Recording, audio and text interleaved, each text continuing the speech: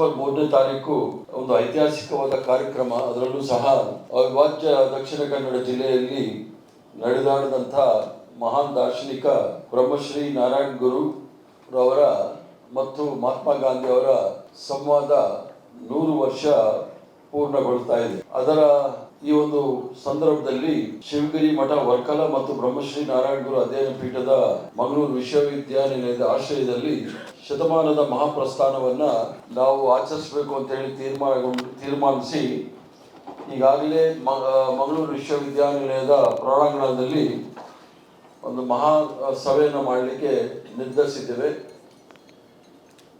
ಈ ಒಂದು ಕಾರ್ಯಕ್ರಮದ ಉದ್ಘಾಟನೆಯನ್ನು ಕರ್ನಾಟಕ ರಾಜ್ಯದ ಮಾನ್ಯ ಮುಖ್ಯಮಂತ್ರಿಗಳಾದ ಶ್ರೀಮಾನ್ ಸಿದ್ದರಾಮಯ್ಯನವರು ಮಾಡಲಿದ್ದಾರೆ. ಅದರ ಜೊತೆಗೆ ಆಗಮಿಸಿರ್ತಕ್ಕಂಥ ಎಲ್ಲ ಅಭಿಮಾನಿಗಳಿಗೂ ಸಹ ವರ್ಕಲದ ಶಿವಗಿರಿ ಮಠದ ಬ್ರಹ್ಮಶ್ರೀ ಗುರುಗಳಾಗಿರ್ತಕ್ಕಂಥ ಬ್ರಹ್ಮಶ್ರೀ ಸಚ್ಚಿದಾನಂದ ಸ್ವಾಮಿಗಳು ಎಲ್ಲರಿಗೂ ಸಹ ಆಶೀರ್ವಚನ ಮಾಡ್ತಕ್ಕಂಥ ವಿಚಾರವನ್ನು ನಮ್ಮ ಮುಂದೆ ಇಟ್ಕೊಂಡಿದ್ದಾರೆ. ಮತ್ತು ಲೋಕಸಭೆಯ ಪಬ್ಲಿಕ್ ಅಕೌಂಟ್ಸ್ ಕಮಿಟಿಯ ಚೇರ್ಮನ್ ಆಗಿರ್ತಕ್ಕಂಥ KC ವೇಣುಗೋಪಾಲ್ ರವರು ಪ್ರಮುಖ ಭಾಷಣವನ್ನು ಮಾಡಲಿದ್ದಾರೆ. ಅದರ ಜೊತೆಗೆ ಇದರ ಸಮಾರಂಭದ ಅಧ್ಯಕ್ಷ ಸ್ಥಾನವನ್ನು ಮಾನ್ಯ UT ಖಾದರ್ ಅವರು ವಹಿಸ್ತಾ ಇದ್ದಾರೆ. ಮತ್ತು ಪರಿವಾರನ ಸಂದೇಶದ ಸಂದರ್ಭದಲ್ಲಿ ಸ್ವಾಮೀಜಿಗಳಾದ ಶುಭಾನಂದ ಸ್ವಾಮೀಜಿಯವರು ಈ ಒಂದು ಸಭೆಯಲ್ಲಿ ಪಾಲ್ಗೊಂಡಿದ್ದಾರೆ. ಅದರ ಜೊತೆಗೆ ನಮ್ಮ ಇವೆಲ್ಲ ಕಾರ್ಯಕ್ರಮವನ್ನು ಸಹ ನಮ್ಮೆಲ್ಲರ ಹಿರಿಯರಾದ ಜನಾರ್ದನ್ ಪೂಜಾರಿರವರ ಆಶೀರ್ವಾದದಿಂದ ನಾವು ಈ ಕಾರ್ಯಕ್ರಮವನ್ನು ಹಮ್ಮಿಕೊಂಡಿದ್ದೇವೆ. ಇದರಲ್ಲಿ ಪ್ರಮುಖವಾಗಿ ಅಹಿಂದ ನಾಯಕರಾದ ಡಾಕ್ಟರ್ ಪರಮೇಶ್ವರ್ ಅವರು, ಕರ್ನಾಟಕ ರಾಜ್ಯ ಸರ್ಕಾರದ ಗೃಹ ಸಚಿವರು, ಮತ್ತು ಸತೀಶ್ ಜಾರಕಿಹೊಳಿ ಅವರು ಕರ್ನಾಟಕ ರಾಜ್ಯದ PWD ಸಚಿವರು, ಮತ್ತು ಶ್ರೀ BH ಜಮೀರ್ ಅಹಮದ್ ಖಾನ್ ರವರು ವಕ್ಫ್ ಸಚಿವರು, ಮತ್ತು ಜಿಲ್ಲಾ ಉಸ್ತುವಾರಿ ವಹಿಸಿರ್ತಕ್ಕಂಥ ದಿನೇಶ್ ಗುಂಡೂರಾವ್ರವರು, ಮತ್ತು ಉಡುಪಿ ಜಿಲ್ಲಾ ಉಸ್ತುವಾರಿ ವಹಿಸಿರ್ತಕ್ಕಂಥ ಮಂತ್ರಿಗಳಾದ ಲಕ್ಷ್ಮೀ ಹೆಬ್ಬಾಳ್ಕರ್ ರವರು, ಅದರ ಜೊತೆಗೆ ಕರ್ನಾಟಕ ಪ್ರದೇಶ ಕಾಂಗ್ರೆಸ್ ಸಮಿತಿಯ ವರ್ಕಿಂಗ್ ಪ್ರೆಸಿಡೆಂಟ್ ಆಗಿರ್ತಕ್ಕಂಥ ವಿನಯ್ ಕುಮಾರ್ ಸೊರ್ಕೆ ಅವರು, ಶಾಸಕ ಮಿತ್ರರಾದ ಸುನೀಲ್ ಕುಮಾರ್ ರವರು, ಉಮಾಕಾಂತ್ ರವರು, ಮತ್ತು ಈ ಒಂದು ಕಾರ್ಯಕ್ರಮಕ್ಕೆ ಆಯೋಜನೆ ಮಾಡಿರ್ತಕ್ಕಂಥ ಮಂಗಳೂರು ವಿಶ್ವವಿದ್ಯಾನಿಲಯದ ಪ್ರೊಫೆಸರ್ VL ಧರ್ಮಾರ್ ಅವರು, ಕೋಟಾ ಶ್ರೀನಿವಾಸ್ ಪೂಜಾರವರು ಮತ್ತು ಬ್ರಿಟೇಶ್ ಚೌಡಾರ್ ಅವರು ಪಾರ್ಲಿಮೆಂಟ್ ಇರೋದ್ರಿಂದ ಸ್ವಲ್ಪ ಬರಲಿಕ್ಕೆ ಅನಾನುಕೂಲ ಆಗ್ತಾ ಇದೆ ಅವರಿಗೆ. ಅದರ ಜೊತೆಗೆ ಸೈಯದ್ ಮನಾವರ್ ಆಲಿ ಶಿಹಾಬ್ ಥಂಕಲ್ ರವರು ಸಹ ಕೇರಳದಿಂದ ಆಗಮಿಸ್ತಾ ಇದ್ದಾರೆ. ಅದರ ಜೊತೆಗೆ ಡಾಕ್ಟರ್ ಪೀಟರ್ ಪಾಲ್ ಸಲ್ದಾನರ್ ಅವರು, ಅದರ ಜೊತೆಗೆ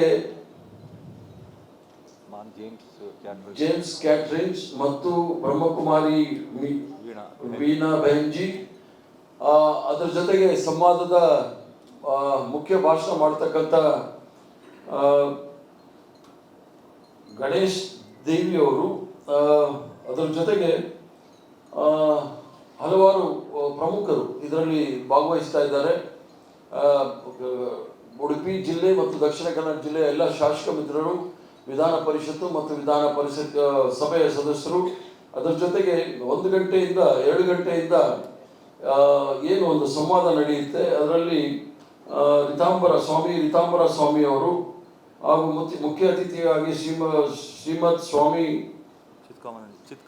ಚಿತ್ಕಾಮಾನಂದ ಮಹಾರಾಜರು, ಸೈಯದ್ ಪನ್ಕ್ಯಾಡ್ ಮನವರ್ ಆಲಿ ಶಿಗಾಬ್ ಥಂಗಲ್ ರವರು, ಅತಿ ವಂದನೀಯ ಬಿಷಪ್ ಡಾಕ್ಟರ್ ಪೀಟರ್ ಪಾಲ್ ಸಲ್ಡಾನರ್ ಅವರು, ಬ್ರಹ್ಮಕುಮಾರಿ ವೀಣಾ ಬೆಹನ್ಜಿ ಅವರು, ಮತ್ತು ಬಿಷಪ್ ಮಾರ್ ಜೇಮ್ಸ್ ಪಟೇಲ್ ರವರು, ಪುಣ್ಯ ಹಕ್ಕು ಧರ್ಮದತ್ತಿ ಅಶೋಕ್ ಆರಾಮ್ ರವರು, ಮತ್ತು ಎಲ್ಲ ಗಣ್ಯರು ಸಹ ಈ ಕಾರ್ಯಕ್ರಮದಲ್ಲಿ ಪಾಲ್ಗೊಳ್ಳಲಿಕ್ಕೆ ಬಹಳ ಉತ್ಸಾಹದಿಂದ ಒಪ್ಕೊಂಡಿದ್ದಾರೆ.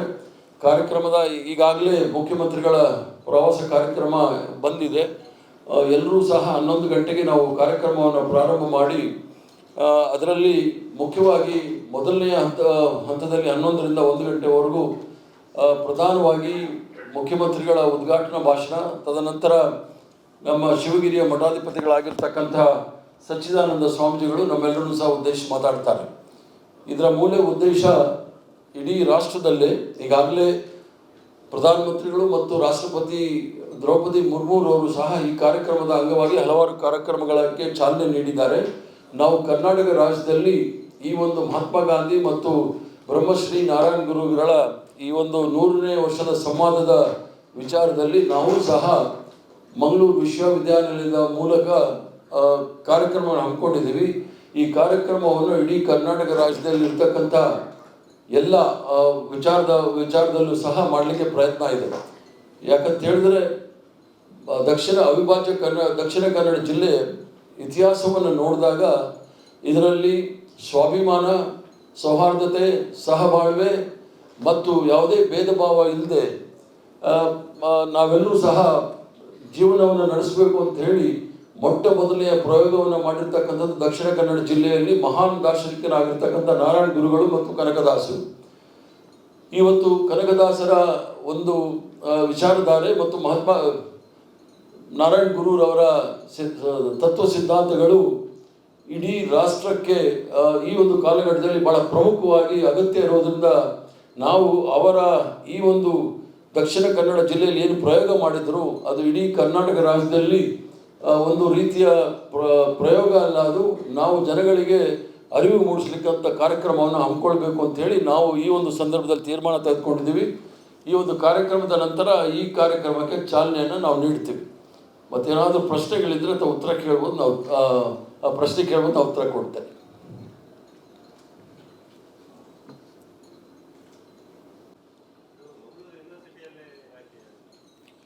ಮಂಗಳೂರು ಯೂನಿವರ್ಸಿಟಿನಲ್ಲಿ ನಾವು ನಾರಾಯಣ ಗುರುಗಳ ಅಧ್ಯಯನ ಪೀಠವನ್ನು ಪ್ರಾರಂಭ ಮಾಡಿದ್ದೀವಿ. ಅದು ನಮ್ಮ ಆಗಿನ ಸಿಂಡಿಕೇಟ್ ಮೆಂಬರ್ ಆಗಿದ್ದಂಥ PV ಮೋಹನ್ರವರು, ಅವರೇನು ಬಿಲ್ಲವರಲ್ಲ, ಒಂದು ಸಾಮಾಜಿಕ ನ್ಯಾಯ ಮತ್ತು ಸಂವಿಧಾನದಲ್ಲಿ ನಂಬಿಕೆ ಇಟ್ಕೊಂಡಿರ್ತಕ್ಕಂಥವರು. ಸಿಂಡಿಕೇಟ್ ಸದಸ್ಯರಾಗಿರೋ ಸಂದರ್ಭದಲ್ಲಿ ಇವರು ಮತ್ತು ಉಡುಪಿಯ ನಂಬಿಯಾರವರು ಮುತುವರ್ಜಿ ವಹಿಸಿ ಈ ಒಂದು ಅಧ್ಯಯನ ಪೀಠ ಪ್ರಾರಂಭ ಮಾಡಬೇಕು ಅಂಥೇಳಿ ನಾನು ರಾಜ್ಯಸಭಾ ಸದಸ್ಯನಾಗಿದ್ದಾಗ 50 ಲಕ್ಷ ರೂಪಾಯಿ ಅನುದಾನವನ್ನು ತೆಗೆದುಕೊಂಡು ಆ ಪೀಠವನ್ನು ಪ್ರಾರಂಭ ಮಾಡಿದ್ರು. ವಿಧಾನ ಪರಿಷತ್ತಿನ ಸದಸ್ಯನಾದ ಮೇಲೆ ನಾನು ಅಲ್ಲಿ ಸುಮಾರು ಒಂದು 35 ಲಕ್ಷ ರೂಪಾಯಿಯನ್ನು ಕೊಟ್ಟು ಈ ಒಂದು ಮೊದಲನೇ ಹಂತದ ಇದನ್ನು ಕಾರ್ಯಕ್ರಮವನ್ನು ಮುಗಿಸಿದ್ದೀವಿ. ಎರಡನೇ ಹಂತಕ್ಕೆ ಮಾನ್ಯ ಮುಖ್ಯಮಂತ್ರಿಗಳು 2 ಕೋಟಿ ಅನುದಾನವನ್ನು ನೀಡಿದ್ದಾರೆ.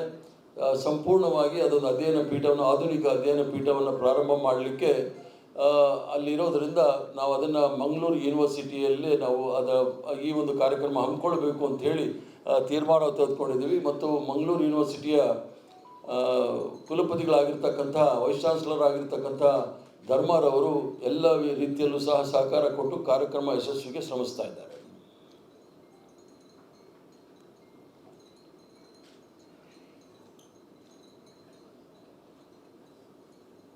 ಏನಾದರೂ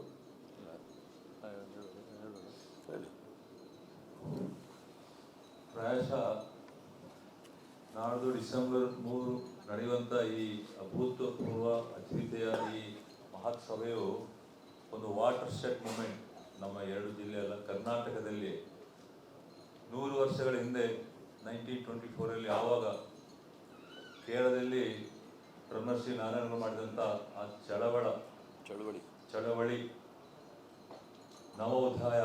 ನವೋತ್ಥಾನದ ಚಳವಳಿ, ಅದರ ಆಳ ಅಗಲ ಆಮೇಲೆ ಗೊತ್ತಾಯಿತು. ಇಡೀ ಕೇರಳವನ್ನು ಒಂದು ಕಂಪ್ಲೀಟ್ ಆಗಿ ಸಂಪೂರ್ಣವಾಗಿ ಯಾವ ರೀತಿಯಲ್ಲಿ ಜಾತಿ ಕಲಹದಿಂದ, ವೈಷಮ್ಯದಿಂದ, ಅಸಹನೆಯಿಂದ ಕೂಡಿದಂಥ ಇಡೀ ಕೇರಳವನ್ನು ಯಾವ ರೀತಿಯಲ್ಲಿ ಬದಲಾವಣೆ ಮಾಡಿದಾರ, ಅದೇ ರೀತಿ ಈ 100 ವರ್ಷ ನಂತರ ಇನ್ನು ಬರುವ 100 ವರ್ಷ ನಾವು ಇಲ್ಲದಿರ್ಬೋದು, ನಮ್ಮ ಮಕ್ಕಳು ಮೊಮ್ಮಕ್ಕಳು ಇರ್ಬೋದು. ಅವಾಗ ಅವರು ಈ ಯೂನಿವರ್ಸಿಟಿ ನಡೆದಂಥ ಈ ಸಭೆ ಅದೊಂದು ಬಹಳ ದೊಡ್ಡ ಸಾಕ್ಷಿಯಾಗಿರ್ತದೆ. ಈ ಭಾಗದಲ್ಲಿ ಬಹುಶಃ ಈ ಭಾಗದಲ್ಲಿ ಈಗ ನೆಲೆಸಿರುವಂಥ ವಾತಾವರಣಕ್ಕೆ ಹೊಸ ದಿಕ್ಕನ್ನು, ಒಂದು ಇತಿಹಾಸ ನಿರ್ಮಾಣ ಮಾಡುವಂಥ, ಅದಕ್ಕೆ ಈ ನಾಡಾದ ಸಭೆಯು ದೊಡ್ಡ ಮುನ್ನಡೆ ಆಗಲಿ ಅಂತ ಹೇಳಿ ನಮ್ಮೆಲ್ಲರ ನಂಬಿಕೆ. ಆ ದೃಷ್ಟಿಯಲ್ಲಿ ನಾಳೆ ನಡೆಯುವಂಥ ಈ ಸಭೆಯು ಇಡೀ ಕರ್ನಾಟಕಕ್ಕೆ ಒಂದು ದಿಕ್ಸೂಚಿ ಆಗಲಿದೆ. ಇಲ್ಲಿ ನಾವು ಕಾಣುತ್ತಿರುವಂಥ ಎಲ್ಲ ರೀತಿಯ ಒಂದು ವೈಷಮ್ಯ, ಅಸಹನೆ ವಾತಾವರಣಕ್ಕೆ ಒಂದು ಹೊಸ ಒಂದು ದಿಕ್ಕನ್ನು ಈ ಸಭೆ ನೀಡಲಿದೆ ಅಂತ ನನಗೆ ಅನಿಸ್ತದೆ. ಎಲ್ಲ ಮತದವರು ಎಲ್ಲ ಪಕ್ಷದವರು ಕೂಡ ಈ ಸಭೆಯಲ್ಲಿ ಭಾಗವಹಿಸುತ್ತಿದ್ದಾರೆ. ಅದರಿಂದ ಇದಕ್ಕೆ ಅನೇಕ ಹೇಳಿದ ರೀತಿಯಾದ ಅಭೂತಪೂರ್ವವಾದ ಒಂದು ದೊಡ್ಡ ಮಹತ್ವದ ಸಭೆ. ಅದಕ್ಕೆಲ್ಲ ತಾವೆಲ್ಲ ಬರಬೇಕು, ಪ್ರಚಾರ ಕೊಡಬೇಕು, ಇದು ದೊಡ್ಡ ಸಾಕ್ಷಿಯಾಗಿ ಈ ಘಟನೆ ನಿಲ್ಲಬೇಕಂತೇಳಿ ಸಹಕಾರ ನೀಡಬೇಕು. ಆಮೇಲೆ ಅಲ್ಲಿ ಕೊಡ್ತಕ್ಕಂಥ ಸಂದೇಶವು ಬಹುಶಃ ಕರ್ನಾಟಕ ಅಲ್ಲ ಇಡೀ ದೇಶಕ್ಕೆ ಒಂದು ಮಾದರಿ ಆಗಲಿದೆ ಅಂತೇಳಿ ನಾವೆಲ್ಲ ಅದನ್ನು ನಿರೀಕ್ಷೆ ಮಾಡ್ತಾ ಇದ್ದೀವಿ.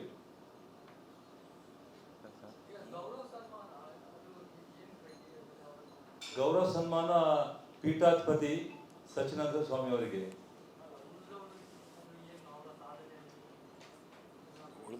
ಉಳಿದವರು ಯಾರಿಲ್ಲ ಅಲ್ಲ, ಇಲ್ಲ, ಒಬ್ಬರು ಡಾಕ್ಟರ್ ಇದ್ದಾರೆ, ಪೀಟರ್ ಅಂತ ಹೇಳಿ ಡಾಕ್ಟರ್ ಇದ್ದಾರೆ ಅಷ್ಟೇ. ಅಲ್ಲಿ ಇರುವುದು ಸನ್ಮಾನ ಪೀಠಾಧಿಪತಿ ಸಚ್ಚಿದಾನಂದ ಸ್ವಾಮಿ ಅವರಿಗೆ. ಪ್ರಿಂಟ್ ತಪ್ಪಾಗಿದೆ. ಅಲ್ಲಿ ಸನ್ಮಾನ ಪೀಠಾಧಿಪತಿ ಸಚ್ಚಿದಾನಂದ ಸ್ವಾಮಿ ಅವರಿಗೆ, ಅವರ ಮಾತ್ರಕ್ಕೆ ಸನ್ಮಾನ ಇಲ್ಲ, ಅದೇ ಪ್ರಿಂಟ್ ಆಯ್ತು, ತಪ್ಪಾಗಿ ಬಂದಿದೆ.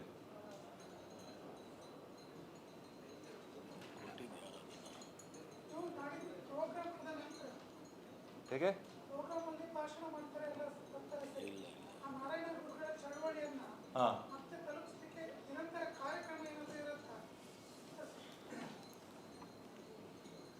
ಒಂದು ವರ್ಷಗಳ ಕಾಲ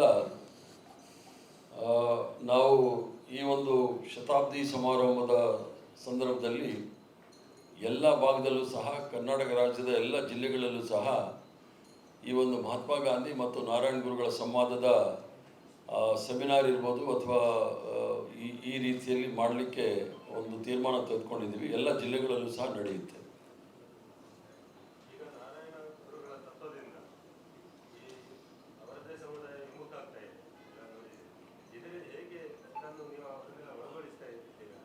ನಾರಾಯಣ ಗುರುಗಳು ಯಾವುದೇ ಸಮುದಾಯಕ್ಕೆ ಸೇರಿಲ್ಲ.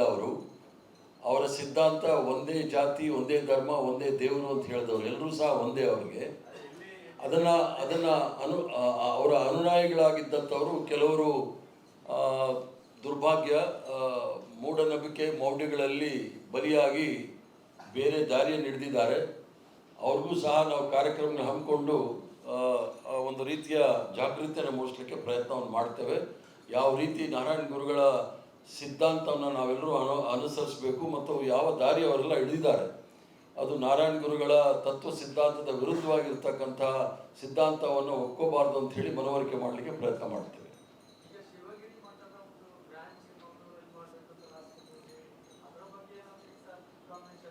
ಅಲ್ಲ, ಶಿವಗಿರಿ ಇದೆ ಏನಾಯಿತು ಅಂತ ಹೇಳಿದ್ರೆ, ನಮ್ಮ ಸೌಕಾರ್ ಕೊರಗಪ್ಪನವರು ಶಿವಗಿರಿ ಮಠದಿಂದ ಶಿವಲಿಂಗವನ್ನು ತಂದು ಕುದ್ರೋಳಿಯಲ್ಲಿ ಪ್ರತಿಷ್ಠಾಪನೆ ಮಾಡಿದ್ರು. ತದನಂತರ ಅದನ್ನು ಯಾವ ರೀತಿಯಲ್ಲಿ ಮುಂದುವರಿಸ್ಕೊಂಡು ಹೋಗಬೇಕು, ಅದು ಕೇವಲ ದೇವಸ್ಥಾನವಾಗಿ ಉಳಿತೇ ವಿನಃ ನಾರಾಯಣ ಗುರುಗಳ ತತ್ವ ಸಿದ್ಧಾಂತವನ್ನು ಪ್ರಸಾರ ಮಾಡಲಿಕ್ಕೆ ಕಾರ್ಯಕ್ರಮಗಳು ಆಗಲಿಲ್ಲ. ಆದ್ದರಿಂದ ಇಲ್ಲೂ ಸಹ ಒಂದು ರೀತಿಯ ನಾರಾಯಣ ಗುರುಗಳ ಒಂದು ಶಾಖಾ ಮಠ ದಕ್ಷಿಣ ಕನ್ನಡದಲ್ಲಿ ಅಥವಾ ಕರಾವಳಿಯಲ್ಲಿ ಎಲ್ಲಾದರೂ ಬಂದರೆ ಅನುಕೂಲ ಆಗುತ್ತೆ ಅಂತೇಳಿ ಅವರ ಅನಿಸಿಕೆ. ಮುಂದಿನ ದಿನಗಳಲ್ಲಿ ನೋಡ್ತೀವಿ ಅದು ಯಾವ ರೀತಿ ಮಾಡಬಹುದು ಅಂತ ಹೇಳಿ.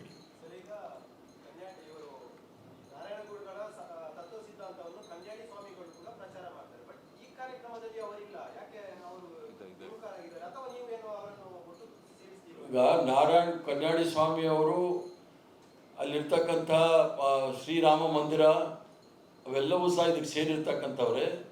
ಇಲ್ಲಿ ನಾವು ಕೇವಲ ನಾರಾಯಣ ಗುರುಗಳ ತತ್ವ ಸಿದ್ಧಾಂತದಲ್ಲಿ ಆಶ್ರಮದಲ್ಲಿ ಯಾರು ದೀಕ್ಷೆ ತೆಗೆದುಕೊಂಡಿದ್ದಾರೆ, ವಿಖ್ಯಾನಂದ ಸ್ವಾಮೀಜಿಗಳು ಮತ್ತು ಉಳಿದ ಸ್ವಾಮೀಜಿಗಳು, ಅವ್ರನ್ನ ಮಾತ್ರ ನಾವು ಇಲ್ಲಿ ಆಹ್ವಾನಿಸಿದ್ದೇವೆ.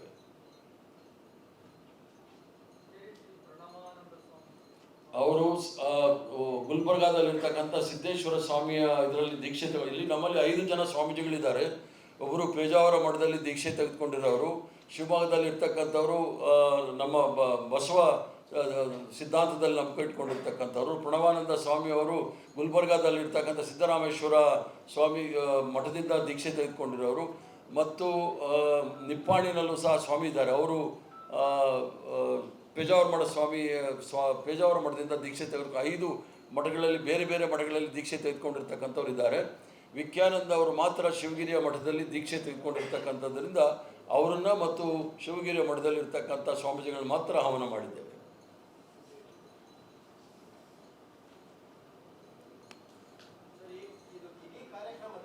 ಅಂತಿಮವಾಗಿ ಸರ್ಕಾರಕ್ಕೆ ಏನಾದರೂ ಒಂದು ಮನವಿ ಕೊಡುವುದಾ ಅಥವಾ ಏನಾದರೂ ಸಮುದಾಯದ ಅಭಿವೃದ್ಧಿ ಅಥವಾ ನಾರಾಯಣ ಗುರುಗಳ ತತ್ವಾದರ್ಶವನ್ನು ಆಡಳಿತದಲ್ಲಿ ಪಾಲಿಸಬೇಕು ಅಂತ ಏನಾದರೂ? ಈಗ ಆ ತೀರ್ಮಾನವನ್ನು ಮಂಗಳೂರು ವಿಶ್ವವಿದ್ಯಾನಿಲಯದ ಕುಲಪತಿಗಳು ಮತ್ತು ಸಿಂಡಿಕೇಟ್ ಸದಸ್ಯರು ಸೇರಿ ಮುಖ್ಯಮಂತ್ರಿಗಳಿಗೆ ಒಂದು ಆವೇದನ ಪತ್ರವನ್ನು ಕೊಡಲಿಕ್ಕೆ ಯೋಚನೆ ಮಾಡಿದ್ದಾರೆ. ಯಾವ ರೀತಿ ಕೊಡ್ತಾರೆ ಅಂತ ಅಲ್ಲಿ ನೋಡಬೇಕಾಗುತ್ತೆ. ಮತ್ತೊಂದು, ಈಗ ಮಂಗಳೂರು ವಿಶ್ವವಿದ್ಯಾನಿಲಯದಲ್ಲಿ ಅಲ್ಲಿ ತುಂಬಾ ಪೀಠಗಳಿದೆ, ಬೇರೆ ಬೇರೆ ಪೀಠಗಳಿದೆ. ಅದರಲ್ಲಿ ಕೆಲವರಲ್ಲಿ 5 ಕೋಟಿ ಇದೆ, 6 ಕೋಟಿ ಇದೆ. ಇಷ್ಟು ಪವರ್ಫುಲ್ ಆಗಿರುವಂತಹ ನಾರಾಯಣ ಗುರು ಪೀಠದಲ್ಲಿ ಯಾಕೆ 1 ಕೋಟಿ? ಅದು ಯಾವ 2017ರಿಂದ ಸ್ಟಾರ್ಟ್ ಆಗಿದೆ, ಈಗ ಯಾಕೆ 2.5 ಕೋಟಿ ಅಂತ ನೀವು ಹೇಳ್ತೀರಿ? ಈಗ ನೆಹರು ಅಧ್ಯಯನ ಪೀಠ ಇದೆ, ಅದಕ್ಕೆ 3 ಕೋಟಿ ಇದೆ, ಇನ್ಯಾವುದಕ್ಕೂ ಸಹ ಕೋಟಿ ಇಲ್ಲ. ಈ ಅಧ್ಯಯನ ಪೀಠಕ್ಕೆ ನಮ್ಮ ಅನುದಾನಗಳಿಂದ ಮಾಡಿರ್ತಕ್ಕಂಥವ್ರು, ನಾವಿರ್ತಕ್ಕಂಥ ಅಭಿಮಾನದಿಂದ ಮಾಡಿರ್ತಕ್ಕಂಥವ್ರು, ಮುಂದೆ ಬರ್ತಕ್ಕಂಥ ದಿನಗಳಲ್ಲಿ ಯಾವ ರೀತಿ ಸಹಾಯ ಆಗ್ಬೋದು ಅನ್ನೋದನ್ನು ನಾವು ಮಾಡ್ತೀವಿ. ಮತ್ತು ಈಗಾಗಲೇ ನಾರಾಯಣ ಗುರು ಅಭಿವೃದ್ಧಿ ನಿಗಮವನ್ನು ಮಾಡಿದ್ದಾರೆ, ಅದರ ಮೂಲಕ ಯಾವ ಕಾರ್ಯಕ್ರಮ ಹಮ್ಮಿಕೊಳ್ಬೋದು ಅಂಥೇಳಿ ಅವರು ಸಹ ಒಂದು ಆವೇದನ ಪತ್ರವನ್ನು ಮುಖ್ಯಮಂತ್ರಿಗಳು ಕೊಡಲಿಕ್ಕೆ ಒಂದು ಯೋಚನೆ ಮಾಡಿದ್ದಾರೆ. ಆರೋಪ ಮಾಡಲಿಕ್ಕೆ ಭಾಳ ಇರುತ್ತೆ, ಭಾಳ ಸುಲಭ. ಮಹಾತ್ಮ ಗಾಂಧಿಯವರು ಮತ್ತು ನಾರಾಯಣ ಗುರುಗಳ ಸಂವಾದ, ಇದರಲ್ಲಿ ಯಾವುದೇ ರಾಜಕೀಯ, ಎಲ್ಲ ಪಕ್ಷದವರು ಸಹ ಇದ್ದಾರೆ. ಆದ್ದರಿಂದ ಇದಕ್ಕೆ ರಾಜಕೀಯ ಬಣ್ಣ ಬಳಿಯೋದು ತಪ್ಪು. ಎಲ್ಲ ರಾಜಕೀಯ ಪಕ್ಷದವರು ಸಹ ಇದ್ದಾರೆ. ಇದು ಸಾಮಾಜಿಕವಾಗಿ ಶೈಕ್ಷಣಿಕವಾಗಿ ಮಾಡ್ತಕ್ಕಂಥ ಕಾರ್ಯಕ್ರಮ. ರಾಜಕೀಯ ಮಾಡಾಗಿದ್ರೆ ನಾವು ಒಂದು ಪಕ್ಷದ ಹೆಸರಲ್ಲಿ ಮಾಡಿದಾಗ ಮಾತ್ರ ರಾಜಕೀಯ ಆಗುತ್ತೆ.